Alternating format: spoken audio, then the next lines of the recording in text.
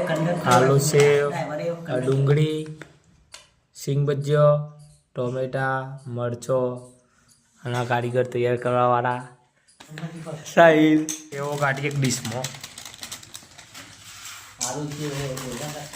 આલુ સેવ, સિંગ ભજીયા,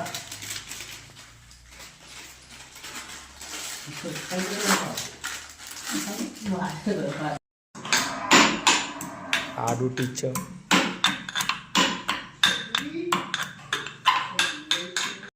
લસણ ફોલું લહણ કુપોલ જેવા મારું લહણ તૈયાર થઈ ગયું છે પેસ્ટ.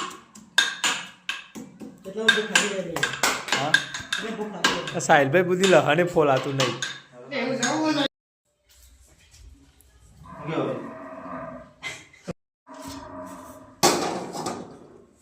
હવે આપણે તેલ વેડીશું અંદર.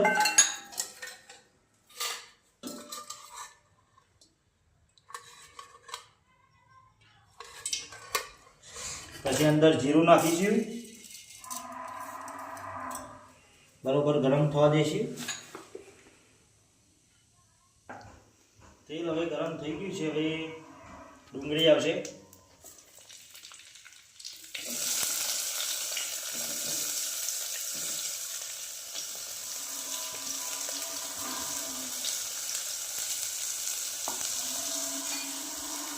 સામાન્ય હલાવી દઈશું.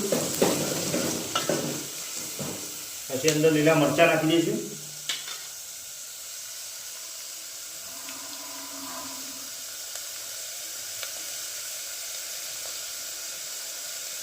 થોડા ચડવા દઈશું.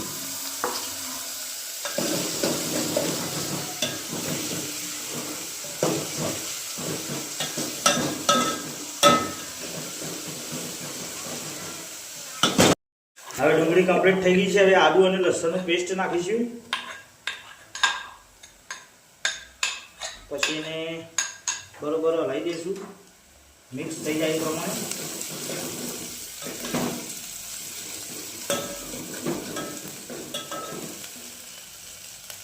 હવે બરોબર મિક્સ થઈ ગયું છે આદુ અને લસણની પેસ્ટ. હવે ટોમેટા આવશે. ટોમેટા શેકવા એટલે થોડું પાણી દેવા.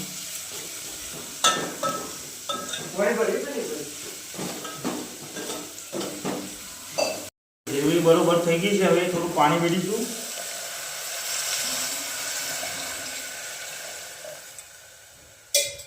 હવે થોડું હલાવીશું પછી મસાલા નાખીશું.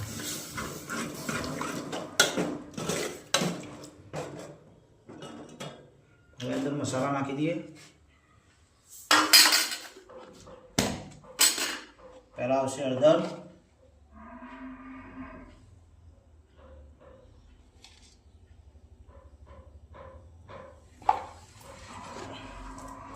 સૂકું મરચું,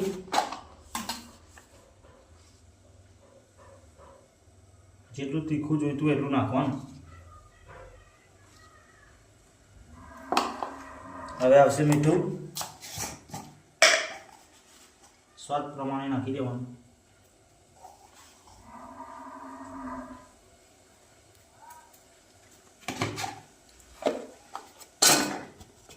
હવે આવશે ગરમ મસાલો.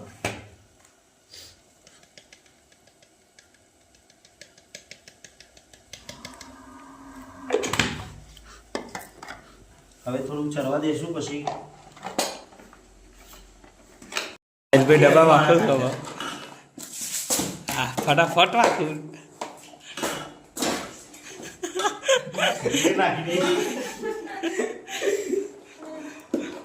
ટીન પે બત્તી મારી રહ્યો યોગેશભાઈ. ચલો આવી જાડો મિત્રો. ગ્રેવી કમ્પ્લીટ થઈ ગઈ છે. હવે અંદર આલુ સેવ આવશે.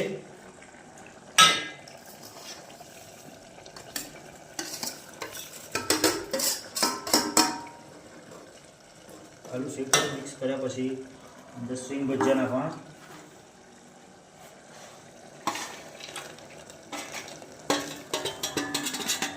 હવે બંને મિક્સ કરી દઈશું.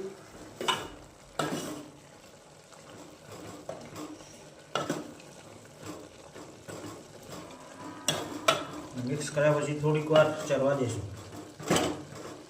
તો મિત્રો કમ્પ્લીટ મિક્સ થઈ ગયું છે.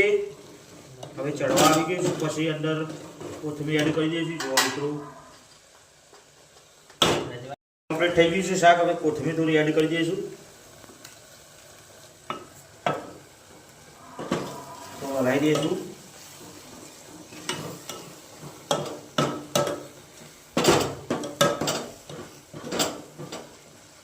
હવે મિત્રો કમ્પ્લીટ થઈ ગયું છે આલુ સેવ અને સિંગ ભજીયાનું શાક. હવે અમે એક ડીશમાં કાઢીશું.